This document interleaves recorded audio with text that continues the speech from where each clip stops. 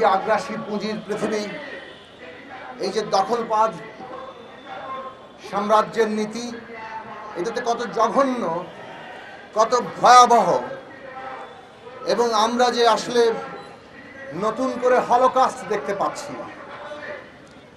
সেইটা প্রতিদিন গাজার শিশুরা আমাদেরকে স্মরণ করিয়ে দেয়। এই পুরো মানব সভ্যতা আজকে তার সমস্ত মহিমা চুরমার হয়ে যাচ্ছে যখন প্যালেস্টাইনে প্রতিদিন এই ধরনের একটি হত্যাযোগ্য গণহত্যা চালিয়ে যাওয়া সম্ভব হচ্ছে।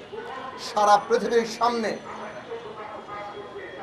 এই কাণ্ড ঘটিয়ে যাওয়া সম্ভব হচ্ছে। একটু আগে অমল আকাশ বললেন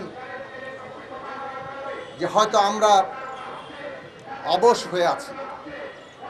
পৃথিবীর বিরাট অংশ মানুষকেই তারা অবশ করে ফেলতে পেরেছে, তাদের হাত বন্ধ, মাথা বন্ধ, চোখ বন্ধ করে রাখতে পেরেছে।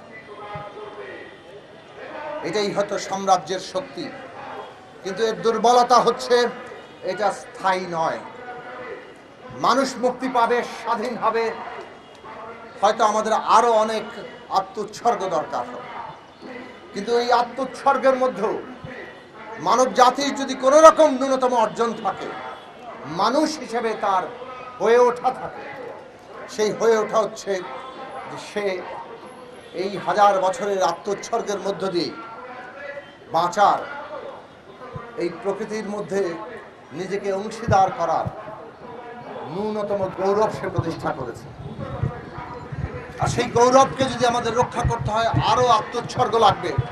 সারা পৃথিবীর মানুষকে ঐক্যবদ্ধ হতে হবে।